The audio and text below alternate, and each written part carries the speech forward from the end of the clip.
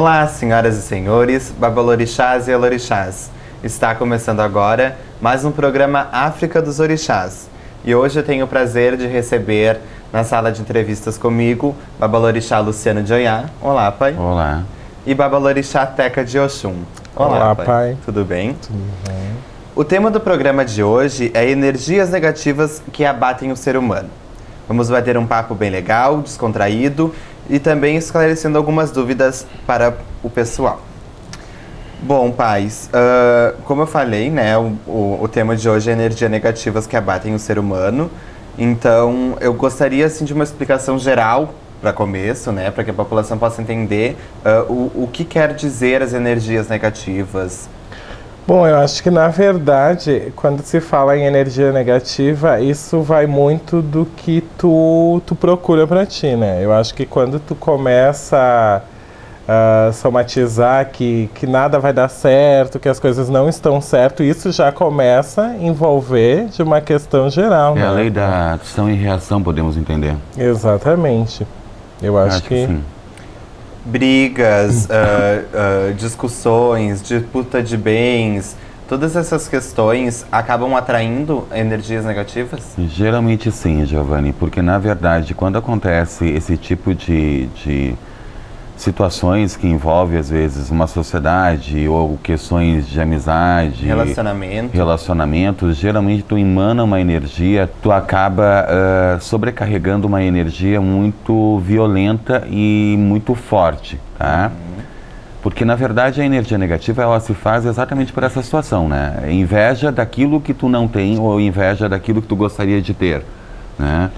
Exatamente, muitas vezes até isso que eu falei, né? A gente acaba somatizando ou de repente tu tá, vamos colocar para fechar o negócio e tu acha que aquilo não vai dar certo, tu já tá planejando que aquilo, né, não vai, tu vai perder dinheiro, tu vai ter brigas, o pessimismo, né? Exatamente. Que finalidade isso pode ter, pai, na vida de uma pessoa? O que isso pode ocasionar na vida de uma pessoa? Acho que as mais sérias possíveis. Na verdade, assim, ó, eu acho que quando tu tá sob a influência da energia negativa, seja ela de uma forma pessimista, contigo mesmo, seja ela por inveja, seja ela por uma energia de briga que, para mim, em particular, eu acho uma das mais poderosas e as mais pesadas. Eu acho que isso pode interferir, como a Teca disse, na questão do negócio, no próprio fechamento do negócio, no atrito em relação à questão da família, na somatização na questão orgânica, que é a questão da saúde, a perda de dinheiro, a perda da autoestima, a perda da vontade de lutar. Relacionamentos. Ela é bem séria. Então a gente pode entender que ela tem uma gravidade grande, né? E que isso pode gerar, por exemplo, pode gerar uma depressão na vida de uma pessoa.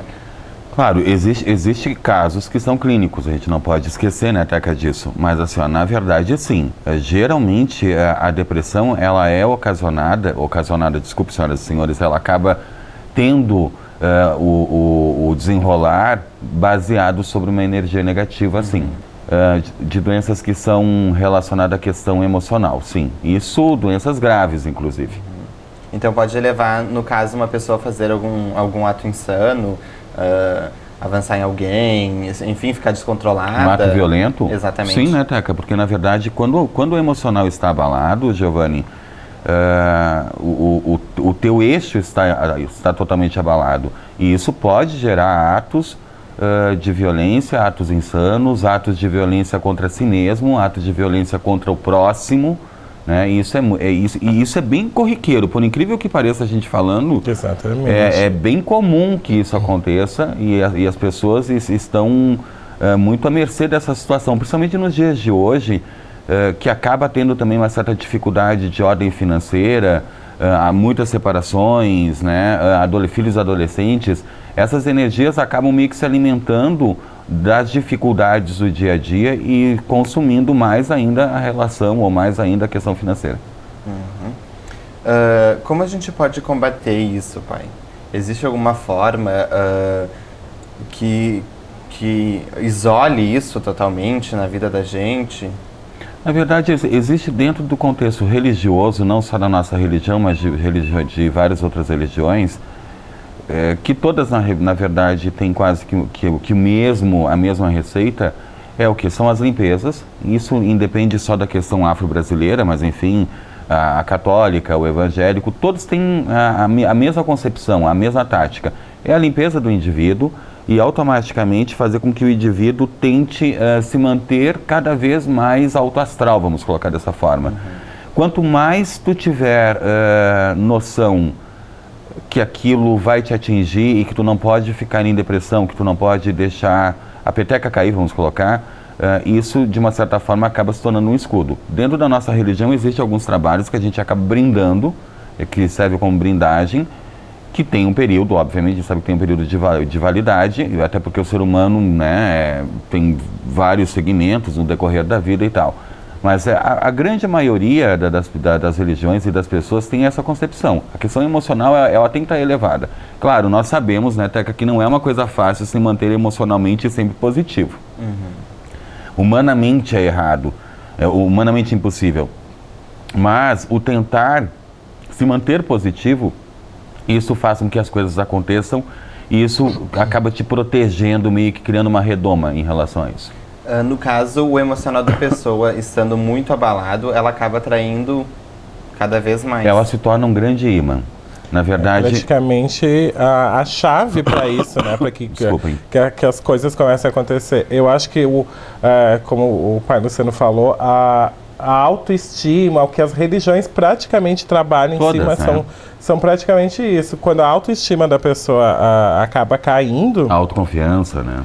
Ela acaba agregando tudo o resto, né? Então, praticamente é isso. Se a autoestima estiver baixa, e nos dias de hoje é muito comum, até por questões financeiras, né? Tudo isso. O culto à beleza, o culto à idade. Eu acho que o universo hoje, a sociedade, acaba cobrando muito. Hoje em dia tem muita cobrança. E quem não sabe levar, né? Acaba caindo. Acho que sim, a autoestima é um dos fatores que realmente tem que estar sempre, se não em alta, pelo menos manter um equilíbrio. Ok. Pai, a gente sabe que no meio de tudo isso também pode ocorrer de ter a questão de trabalho, né, feito para o indivíduo, enfim. Como a gente pode diferenciar a questão se realmente é um trabalho, se é um período de má sorte, se é a questão da inveja, se é a questão emocional, como pode haver a gente pode perceber essa diferença? Tu colocou muito bem, tu colocou vários fatores e várias situações que tem que ser, de uma forma muito prudente, tu tem que passar para o teu cliente. Na verdade, período de má sorte, todo o indivíduo passará algum dia, passa ou passará algum dia, né? Trabalhos, na verdade, hoje nós temos poucas pessoas que na realidade fariam trabalhos, até porque fazer trabalho contra uma pessoa hoje requer financeiramente valores absurdos, né? Mas existe, nós sabemos disso. Né? A inveja, ela faz parte do teu dia a dia. Na verdade, tu abrir a porta da tua casa, tu te deparar com um indivíduo, seja na parada de ônibus, seja no cruzar uma esquina, tu já gera uma inveja pelo cabelo que tu tem, pela roupa que tu está vestindo. Quer dizer, são situações mais corriqueiras, tá? Tanto uma como a outra, a inveja ou a questão do trabalho ou a questão do período de má sorte, elas fazem parte da vida do indivíduo, do cotidiano do indivíduo. São complicados. Eu acho que cabe o religioso saber a diferença. Porque sabendo a diferença, né, cada um vai saber, melhor, o religioso vai saber como tratar essas questões. Tem que ser pesado, porque muitas vezes nem tudo que acontece é questões de trabalho, né, pai? Muitas vezes realmente um período de má sorte. De má sorte, é um período que tu se desequilibrou e que tu sabe que realmente isso vai passar. Não, e um período, às vezes, até de imprudência da tua parte, porque às vezes tu acaba gerando um período que tu não está tão bem emocionalmente ou que tu está mais desligado, que tu acaba gerando uma confusão financeira e que isso acaba, né, tornando esse período de má sorte, né? Quer dizer, então, na verdade, a gente tem que levar muito em conta isso. Mas, enfim, todos os fatores que tu citou existem, né? O ser humano ele está apto a essa situação, rápido, se é que se pode colocar dessa forma, enfim, o ser humano convive com isso. Mas cabe o religioso saber distinguir e saber como trabalhar. Tratamentos diferentes para situações diferentes. Ótimo. Pai, a questão da mediunidade, ela pode interferir em todas essas questões? A mediunidade, principalmente quando não bem tratada, quando não tratada e quando não vinculada à questão religiosa, exemplo, senhoras e senhores, quando um médium eu vou falar da nossa religião porque, enfim, eu posso falar daquilo que eu convivo, né? Quando é da nossa religião e esse médium, ele tem um processo kármico de pertencer à nossa religião e ele, por algum motivo ou outro, acaba não vindo, sim, ela acaba contribuindo muito seriamente. Porque, na verdade, a mediunidade nada mais é do que, Giovanni, tu exercer teu papel de fato, né? O teu papel de fato na questão religiosa. Se o indivíduo não tem essa consciência, ou o egoísmo desse indivíduo não permite que isso aconteça, de alguma forma ele é responsável pelos seus atos. Então, as coisas que vão acontecer e que irão acontecer no decorrer da vida dele, ele é responsável. Então, sim, a mediunidade tem muito a ver com isso. Geralmente, em muitos desses casos, né, Teca, existe muito disso, de possíveis filhos de santo que deveriam estar dentro de uma casa de santo. Mas eu não gostaria de ser batuqueiro, eu não gostaria de pertencer à religião afro-brasileira por preconceito ou porque, enfim, qualquer outro motivo, acaba gerando, às vezes, um período muito longo de má sorte. Atrapalhando a sua própria vida. Atrapalha, né? E eles acabam não tendo essa noção no decorrer da vida. Ótimo. Pai, vamos entrar num tabu, né, num assunto meio complicado. Mas eu gostaria que o senhor me respondesse essa pergunta. Existem demônios? Existem. Para mim existe porque eu acho que os demônios, vamos colocar dessa forma, são forças maléficas que fazem parte do nosso universo, né? Vejam bem, senhoras e senhores, demônios não são Exus. Eu acho que são forças e são espíritos não abençoados, vamos colocar, ou espíritos trevosos, que por muitas vezes podem acompanhar uma pessoa ou um filho ao longo da sua vida. Isso não deixa de ser um demônio, tá? Demônio por si só, na palavra certa, não acredito. Mas acredito que existam pessoas demoníacas, pessoas capazes de acabar com a vida do indivíduo que está do lado pelo simples fato de ter inveja. Então, o demônio é uma força, né? Exatamente, eu acho que o demônio acaba sendo uma força que muitas vezes acaba atrapalhando. Eu acho que hoje em dia, principalmente na nossa religião, a questão da inveja acaba fazendo isso. Eu acho que tem muita gente que acaba, que nem o pai falou, sendo demoníaca pela questão de invejar a vida que o fulano leva, ou pela casa do fulano, pelos filhos, ou porque fez uma festa. Eu acho que é exatamente isso. Demônios em si, vamos colocar como, enfim, outras igrejas, outras religiões colocam. Eu não acredito muito. Eu só costumo dizer que eu acredito no que eu vejo, né? Mas eu acho que sim. Eu acho que tem muita coisa que nos dias de hoje acaba atrapalhando. Ótimo. Realmente. O papo está maravilhoso, realmente estamos tirando muitas dúvidas, mas nós vamos para um breve intervalo e voltamos já já. Fiquem conosco. Olá! Hoje eu tenho um recadinho especial para você, Babalorixá e Alorixá, que acompanha o nosso programa África dos Orixás. O programa África está com mais uma novidade. Agora estamos também contando com as coberturas de festas e eventos religiosos.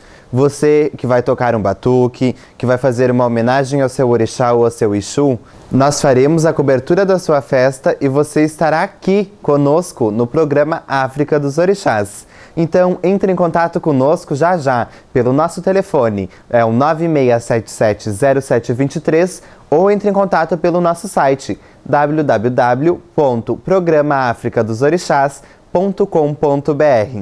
Esperamos por vocês!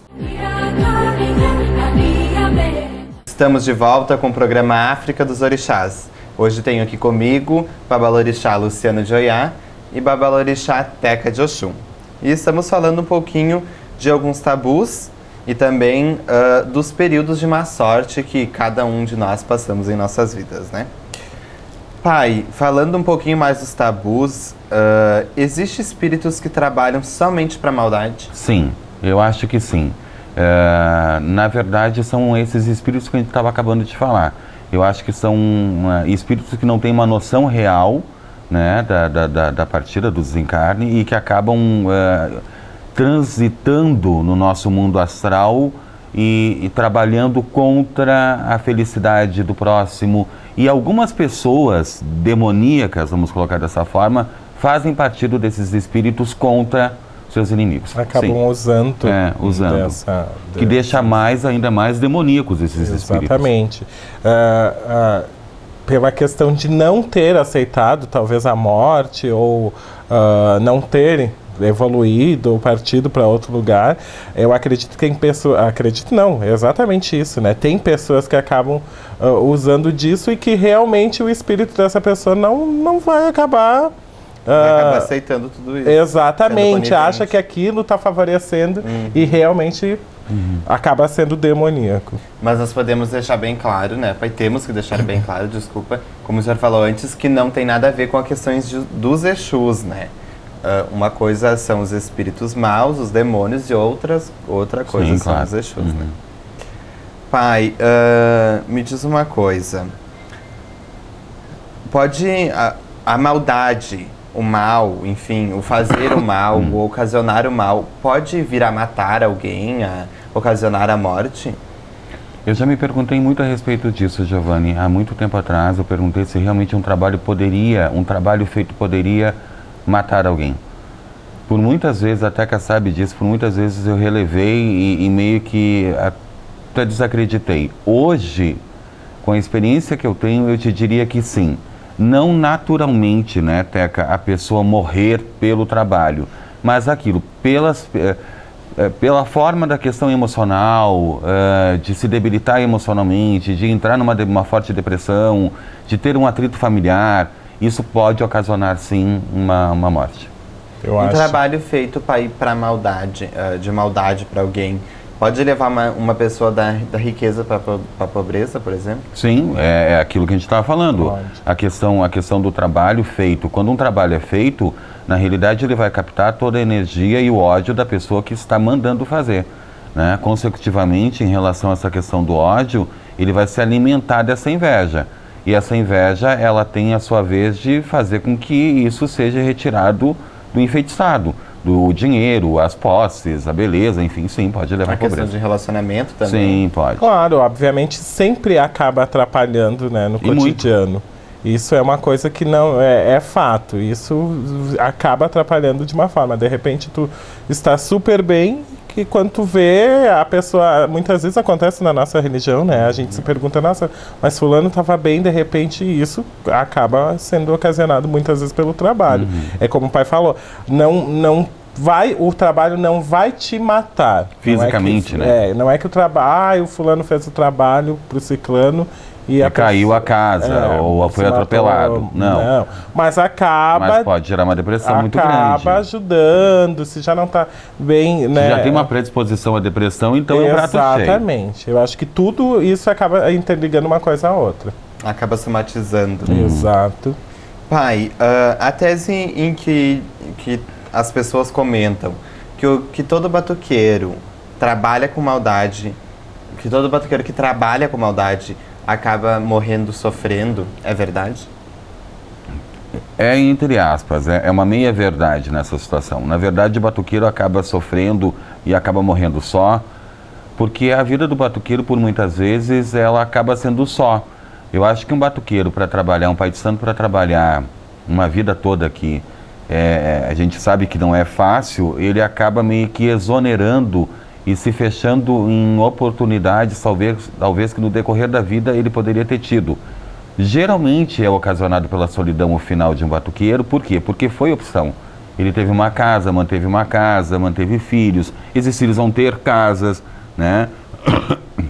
Geralmente, às vezes, a questão de ter um relacionamento é complicado. Então, sim, a solidão é fato. A questão da saúde do batuqueiro, Eu acho que, na verdade, acaba morrendo, vamos colocar, com algumas doenças que a gente pode chamar, talvez, de tenebrosas. Por quê? Porque uma vida de motoqueiro é complicado. Vai despachar, né? Dorme tarde. Quer dizer, a qualidade de vida de um batuqueiro não é das melhores, convenhamos. É inverno, vai despachar no frio, pega água, não dorme direito, acorda cedo, somatiza problema de cliente, somatiza problemas de filhos, né? Eu acho que isso, claro, na questão emocional, a gente tem... Hoje nós entendemos que isso é uma situação que é fato, realmente. Na verdade, a vida de um batuqueiro acaba por sentenciar ele, na verdade, o fim da vida dele, né? Que não é nada bom, porque acaba somatizando muito. Agora nós vamos para as perguntas dos internautas, tá? Temos algumas perguntas, enfim, para vocês, no caso, né? Vocês terão que responder. A primeira pergunta é da Jusilene. Ela diz assim: pai, tenho um amigo que é de religião e ele não enriquece. Por quê? Exatamente por esse fato. Minha opinião, não sei da Teca, minha opinião. Porque, na verdade, religião nada tem a ver com posses. Religião é um trabalho que tu faz em prol do outro e que, por muitas vezes, claro, nós sabemos que religião tem que ser cobrado os trabalhos. A gente sabe que uma casa de santo vive dos seus filhos, dos seus clientes, mas ela não pode ela nem teria como enriquecer, porque uma casa de santo, por muitas vezes, mantém famílias inteiras, mantém filhos de santo dentro de casa. E, obviamente, a gente sabe que isso não pode gerar, e até porque a religião não é para isso. A religião é exatamente para essa questão, né, Teca?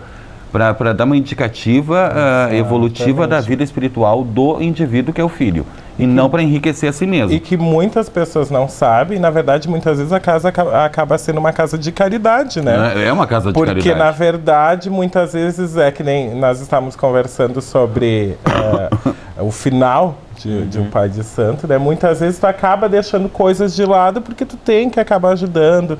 Então, eu acho que não tem exatamente como um pai de santo enriquecer. Não é que ele não vai enriquecer. Muitas vezes acaba, claro, tem bastantes filhos, né? Ou tem clientes bons, mas isso não quer dizer que o pai de santo, ou enfim, quem acabou se tornando pai de santo, tem que acabar enriquecendo por causa disso, né?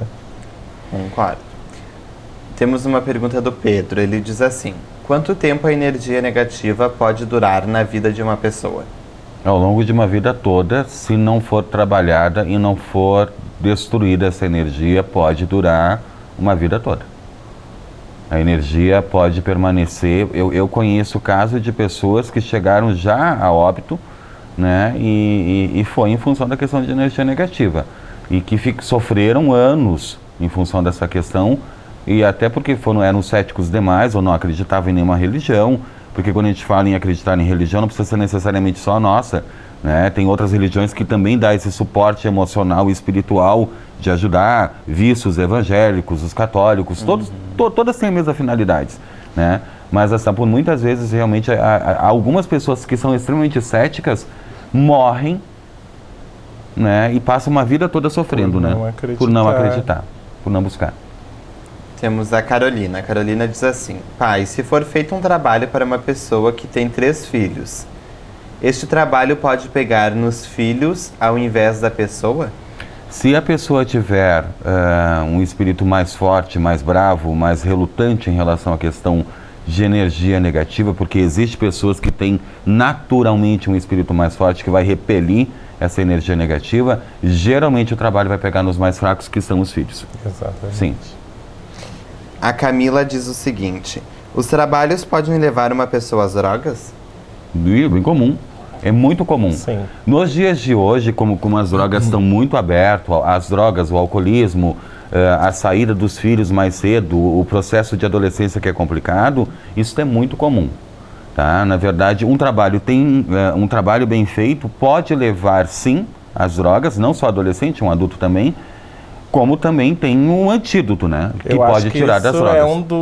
Hoje em dia é um dos trabalhos mais, vamos dizer assim, mais influente, que é o começo de tudo quando uma pessoa quer fazer mal para outra. Acho que começa já por aí, realmente.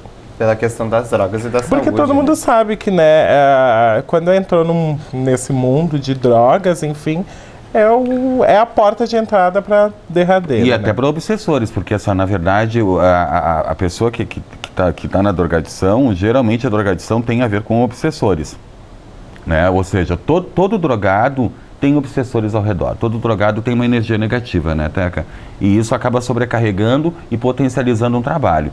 Mas, senhoras e senhores, fiquem calmos. Na verdade, assim como tem esses trabalhos que fazem, que levam, também tem trabalhos que tira, tá? E que protege também. E que protege, sim, sim. Uhum.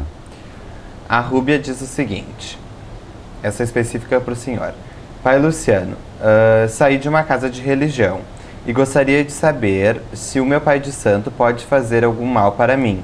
No caso, eu que sou ainda filha da casa dele.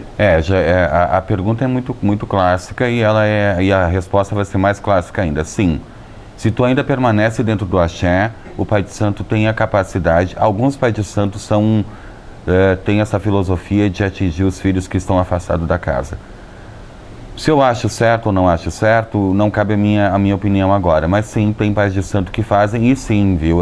Se permanece no axé, se está afastado, sim, o pai de santo tem a capacidade do poder, não da vida e da morte, mas da caminhada do seu filho, sim. Temos a Alexandra. A Alexandra diz assim, pai. Quais os primeiros sintomas que uma pessoa sente em sua casa quando estiver enfeitiçada? Eu acho que a falta de dinheiro é a primeira coisa. Exemplo, o que poderia, até que até citou no começo, o que poderia ter saído no começo, uma negociação poderia ter saído no começo, que estava tudo para fechar, começou a dar para trás, as brigas por besteira, situações emocionais, depressão, isso são típicos, né, sintomas de feitiço. Ótimo. Falta de sono, né, cansaço.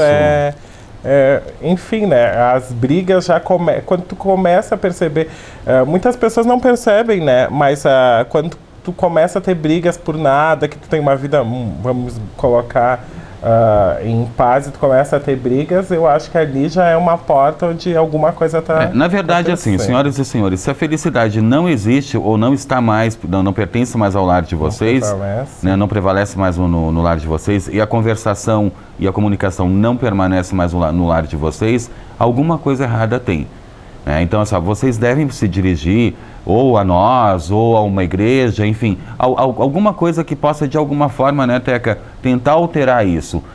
Porque amenizar. A casa tem que ser, na verdade, acolhida, a casa tem que ser afetuosa. Se isso não acontece dentro da casa, já é um processo, já é uma indicativa que tem alguma coisa errada. E se você também quer mandar a sua pauta para nós, quer participar do programa, mandar as suas perguntas, entre em contato conosco através do e-mail contato@africadosorixás.com.br ou do nosso site, que é www.programaafricadosorixás.com.br. Ali você também vai poder acompanhar os nossos programas anteriores e um pouquinho mais de quem somos.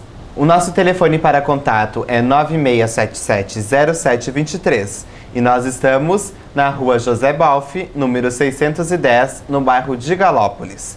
Venha você também conhecer um pouquinho mais dos nossos estúdios, do nosso programa, e se você quiser tirar uma consulta de cartas ou búzios comigo ou com o Pai Luciano, é o mesmo telefone, e com o Pai Teca é 9210-0260. Gostaria de agradecer a sua presença. Pai Luciano, muito obrigado mais uma vez. Pai Teca também, muito obrigado pela presença. O programa África dos Orixás fica por aqui hoje. Um grande beijo e um forte abraço a todos. Até a próxima.